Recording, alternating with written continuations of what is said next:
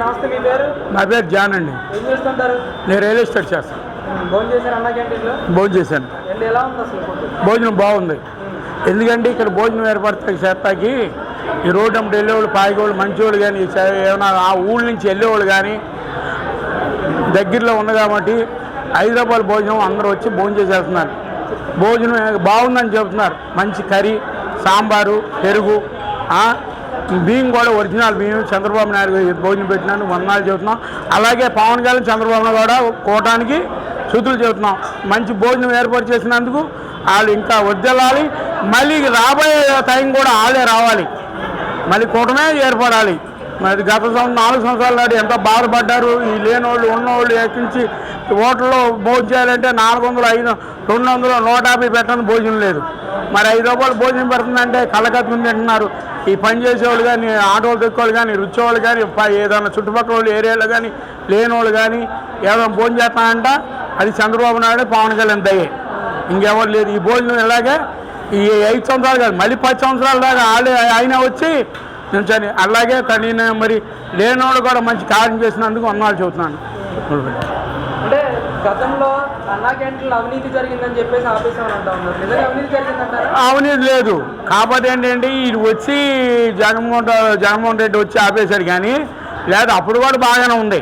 చంద్రబాబు నాయుడు పెట్టినప్పుడు కూడా భోజనం బాగానే ఉంది. కాకపోతే ఏంటి ఏళ్ళకాళ్ళకి కొట్టులాడికి జలక డబ్బులు సాలక ఈ డబ్బులు తింటాక అవకాశం లేక వాళ్ళకి ఇట్టయితే డబ్బులు తినొచ్చని ప్లాన్ చేసుకుని ఆపేశారు.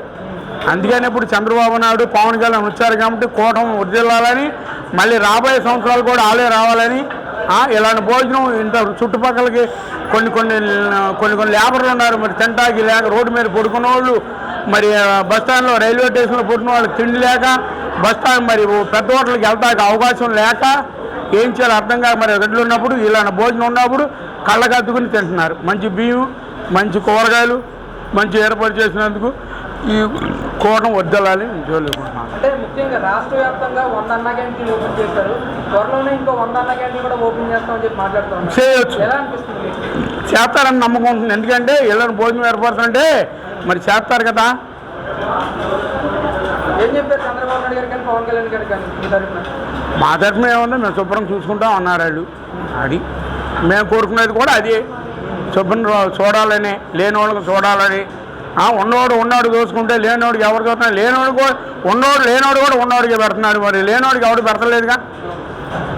న్యాయం చేస్తారంటారు? న్యాయం చేస్తారు, కంపల్సరీ న్యాయం చేస్తారు. ఒకవేళ ఏదన్నా తేడా వచ్చినా బహుశా అంటే వేరే ఉద్దేశం కాదు, ఎవరిలో ఒకళ్ళు చంద్రబాబు నాయుడు లేని తేడా నుంచి పవన్ కళ్యాణ్ అయితే ఊరుకోడు. ఎందుకంటే కలుపుకెళ్తాడు, అది కన్ఫామ్. అవకాశం తేడా రానీరు, ఇద్దరు కూడా ఐకమత్యంగా ఉంటారు, తేడా రానీరు.